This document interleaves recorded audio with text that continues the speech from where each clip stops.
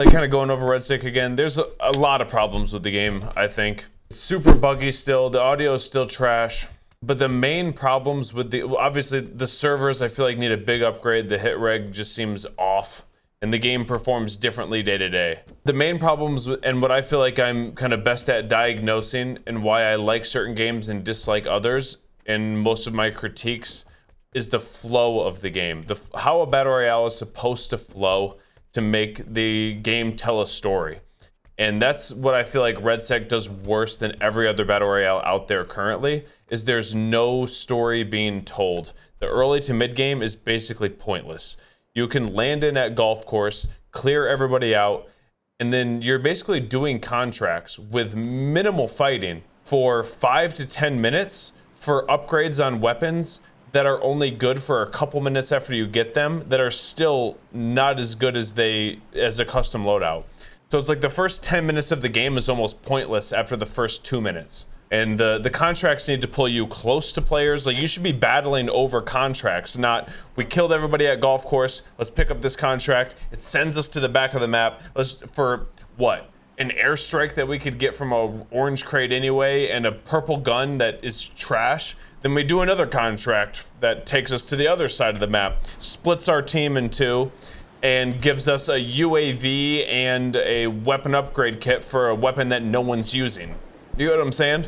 Then you finally get custom loadouts, and then there's like some battle on the custom. Let's say you get third-partied while you're third-partying, and then there's no way to res your teammate. It's just they butchered the early to mid game so badly that the game just doesn't have any flow and it tells no story. The end game of RedSec is pretty solid. The early game of RedSec is pretty solid. It's after minute 3 and before minute 17 where the game's bad. That is my main, if you want to clip that and ship it, that's about as accurate of a description and what's wrong, like actually wrong with RedSec, as you're gonna find out there. That's it. Want to know what's wrong? There it is. Would I rather buy stations? No, I would rather more purposeful contracts. And like I said, the contract should pull you to players. I think the constructive feedback there is, instead of, like I said, we clear a golf course, now all of a sudden I pick up a contract and it sends me to the opposite side of the map where there's nobody. You should compete over contracts for much better rewards. Much, much, much better. We clear a golf course, we pick up a contract, and instead of it sending us to the back of the map, now we are competing with another team over the exact same objective. Winner of that fight and objective gets their teammate back and a custom loadout, something like that. Like, make it worth it. Make a fight worth it. Right now, it's just like I said, the contracts don't really mean anything because the rewards for the contracts are just complete trash.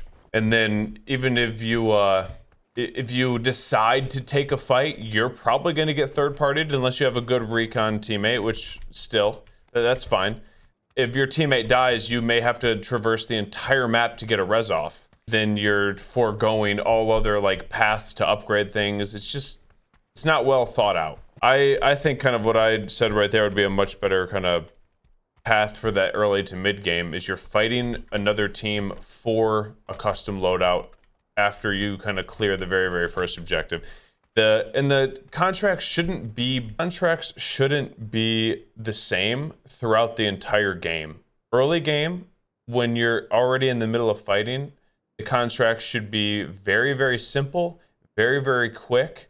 And the reward should be an increase, like an obvious increase in the weapons that you're going to use for the first 5 minutes of the game. So instead of running and picking up, like some trash SMG and maybe I upgrade my sniper twice, but that's fine, right?